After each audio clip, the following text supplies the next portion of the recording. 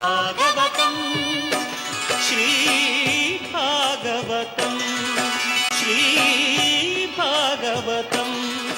మహాభారతం విన్నాక భాగవతం వింటే అత్యంత సంతోషం, శాంతి కలిగిస్తుంది. మహాభారతంలో ఉన్న మరికాస్త సందేశాలు కూడా ఈ భాగవతం విన్నాక తీరిపోతాయి. అసలు భాగవతం అంటే ఏమిటి? భాగవతం అంటే శాంతి, భక్తి వంటి విషయాలు తెలుపుతుంది. 18 మహాపర్వాల్లో మహాభారతం వేదవ్యాసుడు రచించాక ఇంతటి మారణ హోమం సృష్టించటం, 18 అక్షోహిణుల సైన్యం యొక్క మరణం, ఇవన్నీ చూశాక ఎక్కడో లేని అసంతృప్తి. భీష్మ, ద్రోణ, కర్ణులు, కుటుంబీకులు, సోదరులు, కావలసిన వారు అందరూ మరణించాక యుధిష్ఠిరుడు పట్టాభిషేకం పొంది లాభమేమిటి? ఇక ధర్మరాజు ఏ విధంగా సంతోషపడగలడు? ఈ మహాభారతంలో కేవలం కురువంశమే కాకుండా యాదవుల వంశం, వారి యొక్క మారణ హోమం కూడా రచించబడింది. మరి ఇంత వినాశనం తరువాత యదువంశు వీరుల యాదవులు మరణించాక, శ్రీకృష్ణుడు అవతారాన్ని చాలించాక పాండవులు స్వర్గానికి చేరారు. వారి వారసుడు పరీక్షిత్తుడు పాము కాటుతో మరణించాడు. ఇలా ఈ మహాభారతంలో ఎంతో దుఃఖం, బాధకరమైన సన్నివేశాలే మిగిలాయి తప్ప శాంతి, ఆనందం ఎక్కడ ఉంది అనే కారణాలతో మహాభారతాన్ని రచించిన వేదవ్యాసుడు దుఃఖిస్తున్నాడు. అసలు కురుక్షేత్రమంతా హింసే కదా ఉన్నది, మరి ఇది రచించి నేను లోకానికి తెలిపి పెద్దగా సాధించినది ఏమి ఉంది అని వ్యాసుడు బాధపడుతున్నాడు. ఆయన వద్దకు నారదముని వస్తాడు. వ్యాసుని బాధ తెలుసుకుని నారదముని ఫలితాన్ని ఆశించి చేయబడే పని అనగా కర్మ ఏదైనా సరే నిందించబడేదే, కాబట్టి లోకమంతా నిందించడానికే ఇష్టపడతారు. నీవు మహాభారతం అంతా రచించి ప్రచారం చేశావు, కానీ మానవులకు భగవంతుని సేవ, భక్తితనమే శాంతిని ఇస్తుంది. ఇలా ఈ పగ, హింసాకారమైన మహాభారత యుద్ధాన్ని నీవు రచించావు, కానీ నీవు భగవంతుని గురించి, భగవంతుని భక్తి గురించి భాగవతాన్ని మొదలుపెట్టు అని నారదుడు పలుకుతాడు. దాంతో వ్యాసుడు ఎంతగానో ఆనందించి 18 మహాపురాణాల్లో భాగమైన భాగవతాన్ని రచించాలనుకుంటాడు. ఇలా వ్యాసుడు రచించిన ఈ భాగవతాన్ని తన పుత్రుడు అయిన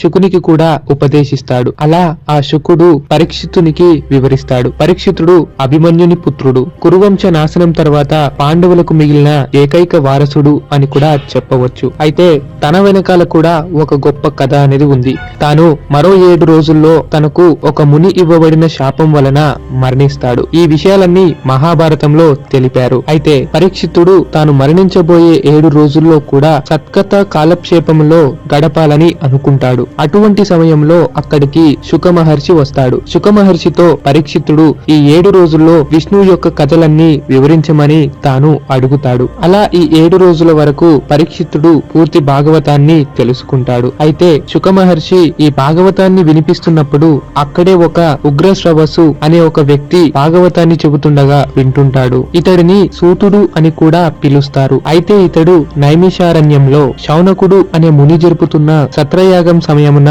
ఈ భాగవతాన్ని ఆయన వివరిస్తాడు. అలా వ్యాస మహర్షి చేత రాయబడిన ఈ భాగవతం 3 దశలలో ప్రజలకు చేరింది. మొదట ఈ కథ వ్యాసుడు రచించగా, తర్వాత శుక మహర్షి ఈ కథను పరీక్షితునికి వివరించాడు. తర్వాత సూతునితో సౌనకాది వేలాది మునుల ముందు ఈ కథ చెప్పబడింది. అయితే ఈ భాగవతంలో సృష్టి మొదట నుండి కలియుగం వరకు జరగబడిన విషయాల కథలు ఉంటాయి. స్వయంభువ మనువు నుండి కలియుగం వరకు చాలా చక్కగా వర్ణిస్తారు. ఇంకా ఇందులో విష్ణు అవతారాలు, భక్తి ప్రచారాలు, యజ్ఞాలు, జ్ఞానం అన్ని మనం వినవచ్చు. ఇంకా ఈ భాగవతంలోని అద్భుత ఘట్టాలు, శ్రీకృష్ణుని జననం, ఇలా శ్రీకృష్ణ లీలలు, ప్రేమ కథలు, రాసలీలలు అన్ని చాలా అద్భుతంగా భాగవతంలో తెలిపారు. అయితే ఈ భాగవతంలోని అద్భుతం ఇప్పుడు మీకు కొన్ని మాటల్లో చెబుతాను. అదేమిటంటే మన శాస్త్రవేత్తలు భూమి ఎక్కడ మొదలవ్వింది అని ఎన్నో ఆశ్చర్యకరమైన విషయాలు కనుగొన్నారు. మొట్టమొదటిగా మన భూమి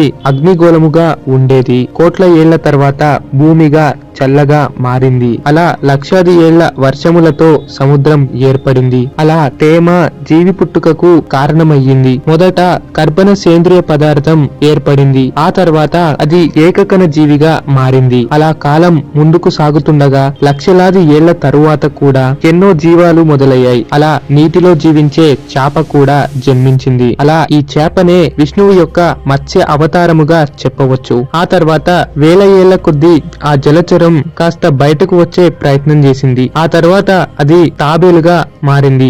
ఆ తాబేలే ఇప్పుడు మనం మహావిష్ణువు యొక్క కూర్మ అవతారముగా చెబుతున్నాము. అలా కాలక్రమం ముందుకు చేరగా నీటిలో తిరగటం మానివేసింది. అలా భూమి మీద 4 కాళ్లతో తిరిగే జంతువులు జన్మించాయి. అటువంటిదే శ్రీ మహావిష్ణువు అయిన 3వ అవతారం వరాహ అవతారం. ఇక ఆ తర్వాత ఆ 4 కాళ్ల జీవులు చెట్లు, ఆకులు, తిండి తిప్పలు అనుకుంటూ మొదటి 2 కాళ్లను పైకి లేపటం మొదలెట్టాయి. ఇక దీన్ని సూచించేదే మహావిష్ణువు యొక్క తర్వాతి అవతారము, అదే నరసింహస్వామి అవతారం. ఇక ఆ తర్వాత భూమిపై మానవుడి జీవనం మొదలవ్వింది. కానీ అప్పటికి మానవుడు తెలివి లేక మూర్ఖంగా ఉండేవాడు. దీనిని తెలపడానికే నేలకు 3 అడుగులు ఎత్తుగా వామనుని అవతారం యొక్క ప్రతిష్టలు వినవచ్చు. ఇంకా వామనుడు బలిచక్రవర్తి యొక్క అజ్ఞానాన్ని తొలగించి తనలో ఉన్న భక్తిని లోకానికి తెలుపుతాడు. అంతేకాకుండా వామనుడు శ్రీ మహావిష్ణువు యొక్క అవతారము. ఇక అలా మొదలవిన ఈ కాలచక్రములో పరశురాముడు,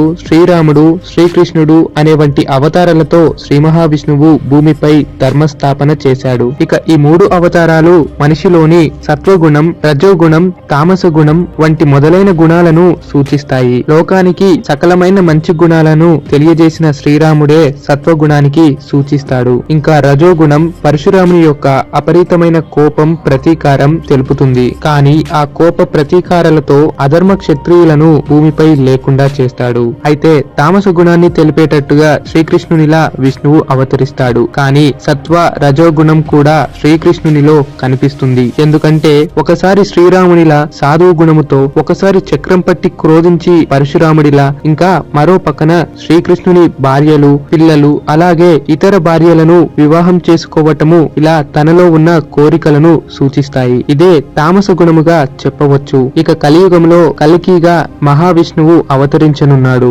అలా కలియుగం అంతం చెంది మరలా సత్యయుగంతో కాలచక్రం నడుస్తూ ఉంటుంది. ఇలా మత్స్య అవతారం నుండి కల్కి వరకు మానవుని యొక్క పరిణామ క్రమాన్ని సూచిస్తుంది. ఇక మన 3 ముఖ్య గ్రంథాల్లో రామాయణం, మహాభారతం తర్వాత ఈ భాగవతంగా చెప్పవచ్చు. మనం తెలుసుకున్న పురాణాలు, చిన్నప్పుడు విన్న కథలు అన్ని అటు ఇటుగా ఉన్నప్పటికీ భాగవతంలో మాత్రం పూర్తి సృష్టిలో జరగబడిన కథనాలు అన్ని వినబడతాయి. అవును, శివ పురాణం, మహావిష్ణువు అవతారాలు, శివుని కథలు, శ్రీకృష్ణుని లీలలు ఇవన్నీ కూడా ఈ యొక్క భాగవతంలోనే వివరిస్తారు. అటువంటి ఈ భాగవతాన్ని ఇవాళ మేము మీకు అందిస్తూ మొదలెడుతున్నాము. ఇది భాగవతం యొక్క మొదటి భాగం అని కూడా మీరు అనుకోవచ్చు. తర్వాతి భాగాలు కూడా మన ఛానల్లో ఖచ్చితంగా అందిస్తాము. ఇక ఆలస్యం చేయకుండా భాగవతాన్ని మొదలు పెడదాం. అయితే ముందు మాట్లాడుకున్నట్టు సూతుడు వేలాది మంది మునుల సమీక్షంలో వారు కోరిన విధముగా భాగవతాన్ని అంటే భగవంతుని కథలను వివరించసాగాడు. అయితే సృష్టి జరగక ముందు శ్రీ మహావిష్ణువు యోగ నిద్రలో ఉన్నాడు. అప్పుడు సృష్టి అంతా జలముతో నిండి ఉన్నది. అయితే శ్రీ మహావిష్ణువు సృష్టి నిర్మాణ చెయ్యాలని అనుకున్నాడు. శ్రీ మహావిష్ణువు అలా సంకల్పించగానే తన నాభి నుండి ఒక కమలము జన్మించింది.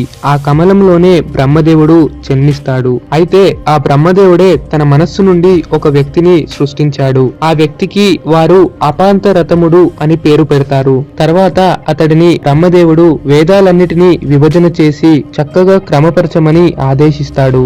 అంతేకాక మన్వంతరాల్లో కూడా వేదాలన్నిటినీ తెలుపుతూ, ఇంకా మహావిష్ణువు ప్రతి మన్వంతరం వరకు వేదాలను క్రమపరుస్తూ నా చరిత్రను తెలియజేస్తూ ఉండమని శ్రీ మహావిష్ణువు ఆదేశిస్తాడు.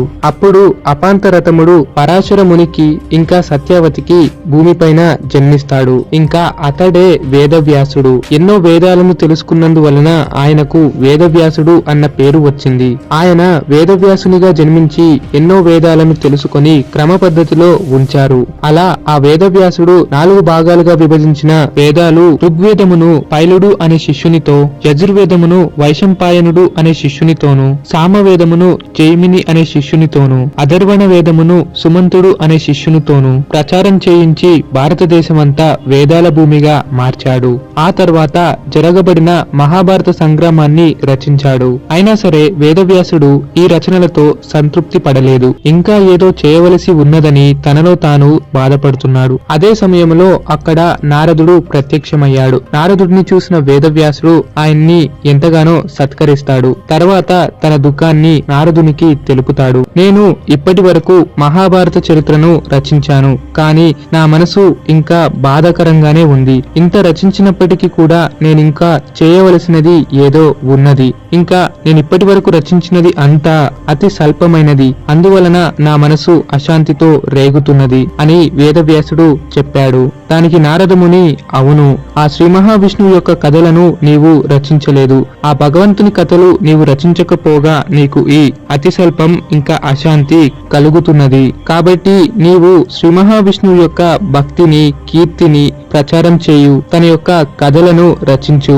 ఇంకా మానవుడు కర్మల నుండి విముక్తి పొందాలంటే శ్రీమన్నారాయణుని తలచటం ఒక్కటే మార్గం. ఇంకా నేను కూడా నా పూర్వజన్మలో ఆ నారాయణుడిని నా మనసులో నింపుకున్నందుకే నా గత జన్మ నుండి నేను విముక్తుడయ్యాను అని నారద మహర్షి చెప్పాడు. దానికి వ్యాస మహర్షి కాస్త ఆశ్చర్యపోయి, ఏమిటి, మీరు బ్రహ్మ మానసపుత్రుడు కదా, మీకు పూర్వజన్మ ఎలా ఉంటుంది అని ప్రశ్నించాడు. దానికి నారదుడు, నేను చెప్పేది ఈ కల్పము కథ కాదు, అది ఇంతకు ముందు జరగబడిన కల్పంలోని కథ అంటూ నారదుడు తన పూర్వజన్మ రహస్యాన్ని ఇలా వేదవ్యాసునికి వివరించాడు. నారదుడు చెప్పబడిన తన యొక్క పూర్వజన్మ రహస్యం ఏంటి అనే విషయాన్ని మనం తర్వాతి వీడియోలో అంటే భాగవతం ఎపిసోడ్ 2లో చెప్పుకోబోతున్నాం. మహాభారతం విన్న ప్రతి ఒక్కరూ ఈ భాగవతాన్ని వినాలి. ఆ తర్వాతే మహాభారతంలో ఇలా ఎందుకు జరిగింది అనే కొన్ని విషయాలు అర్థం చేసుకోగలరు. అయినప్పటికీ ఈ భాగవతం వీడియో మీకు అర్థం కాలేదు అంటే మీకు ముందుగా మహాభారతం కూడా తెలిసుండాలి. మహాభారతం యొక్క లింక్ అనేది కామెంట్ సెక్షన్ లో అందిస్తాం, ఖచ్చితంగా చూడండి. సో ఇలాంటి మరెన్నో డివోషనల్ కంటెంట్ కోసం మన ఛానల్ ని సబ్స్క్రైబ్ చేసి రెడీగా ఉండండి.